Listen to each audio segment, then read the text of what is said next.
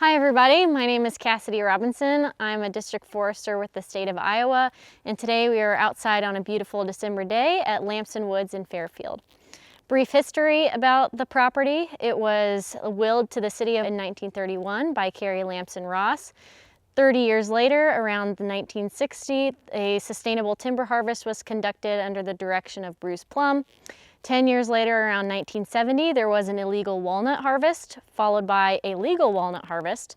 After these two harvests, there was some growing pressure to develop the woods a little bit more. There was an idea about turning it into a dog park. People were wanting to put picnic tables in the woods, and due to that, it really motivated the people to protect it, which was accomplished in 1978 when Lamson Woods gained its preserved status. Fast forward a little more recently, in 2000, Laura McCormick created a comprehensive botanist report where she recorded all of the plants that are located in Lamson Woods, and that has been an integral part of the property and will continue to be used for years to come. Now, present day, we observed the overstory and found that there's a lot of mature oak and hickory trees, mostly swamp white oak, some shagbark, along with some red oak and bur oak as well. A lot of those trees are already dead or declining, so that was a cause for concern. Then we looked at the understory and saw that there's really a complete lack of oak in the understory. There's mostly all shade-tolerant species, mostly buckeye, hackberry, elm, and basswood. And then looking at the forest floor, we found that it was mostly native. The forest floor has native herbaceous species using Laura McCormick's comprehensive plan, pretty healthy herbaceous layer, but there is now some invasive species that are present, not in any high severity, but we've got some honeysuckle, barberry, autumn olive, and some other species as well that was cause for some slight concern. So due to those observations, we realized that we needed to take some action. We need to create a plan.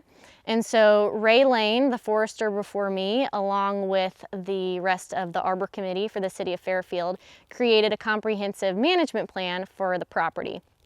The goal with this plan is mainly to improve the forest health, restore it back to a healthy oak-hickory woodland, and really improve the habitat quality for wildlife as well.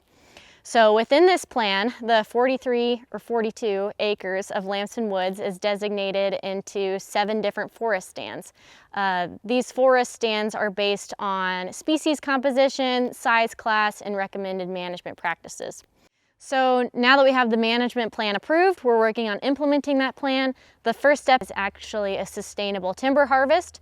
So we are conducting a sustainable timber harvest on 18 of the 43 acres. It encompasses most of stand 4 with a little bit of stand 5 and 6 as well.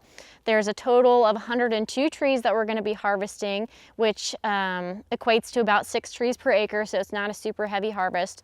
And what this is going to do is it's going to open the overstory up to where now in current conditions it's pretty shaded, but taking out these mature declining trees is going to put a whole lot more sunlight on the forest floor. That's going to help with our goal of restoring it back to an oak-hickory woodland, because right now there's a lack of oak in the understory.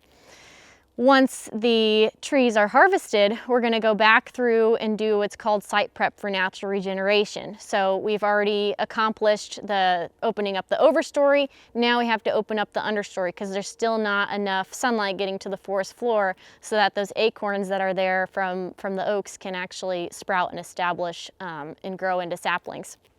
So that site prep for natural regeneration is going to involve removing a lot of those shade-tolerant species that I mentioned that are in the understory. There's a lot of buckeye and basswood and all of those species.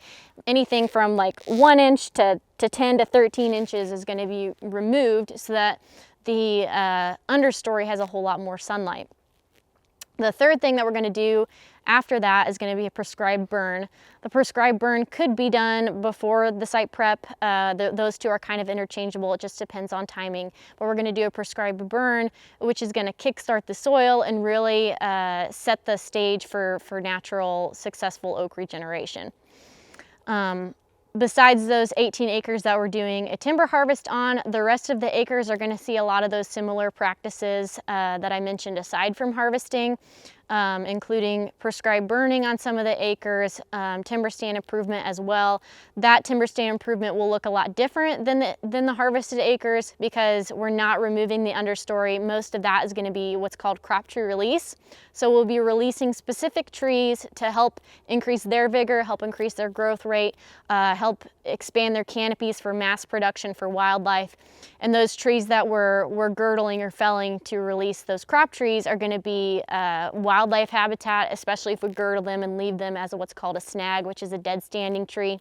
That's really good wildlife habitat, and roosting sites, and insects are attracted to it, which helps birds. Just an overall good management practice. Then across all 43 acres, we will be ensuring that we're conducting invasive species control. So I mentioned most of the herbaceous layer is healthy. We have a lot of native plants, which is awesome. We have a great starting point, but especially with us opening up the overstory and understory to more sunlight, we want what takes over that sunlight and utilizes that sunlight as a native species. So we want more native herbaceous plants. We were really looking for successful oak regeneration, and by controlling the invasives, we're really helping just the overall forest health, increasing the diversity, and helping the wildlife habitat. The way that invasive species control will look here is mostly the prescribed fire will help. That'll top kill a lot of the plants, but we'll need to come back through and either foliar spray with an herbicide application. We can do some hand pulling, cutting and treating the individual stumps, and doing some monitoring and evaluating along the way and making sure that we're successful with that. Speaking of evaluating and monitoring, I've kind of been hinting at we're using the adaptive management plan. So we've assessed the problem, we've designed the plan, we're working on implementing it right now. While all of that is being done, we're going to be assessing how successful we are, monitoring how many oak seedlings we have, and kind of changing and adapting our plan as we see. Forest management is very long term. All of these actions or lack of actions or decisions that we make, that's going to be impacting Lamson Woods for generations to come. So I'm super excited to see some conservation practices being put on the ground here. Like I mentioned, there's a lot of overstory swamp white oak and white oak that are already dead and declining, and so it's super important that we get in here now and get a successful layer of oak regeneration on the forest floor. I'm very optimistic because this was an awesome year for acorn crops.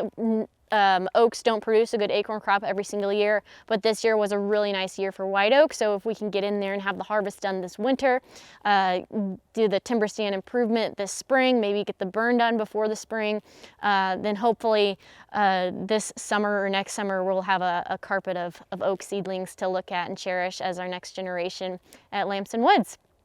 So with that, that's kind of where we're at right now. We'll continue to give updates moving forward. If you have any questions, feel free to leave them in the comments so everyone can see, and I can respond to them and get that information out there. And thank you so much for listening. Signing off.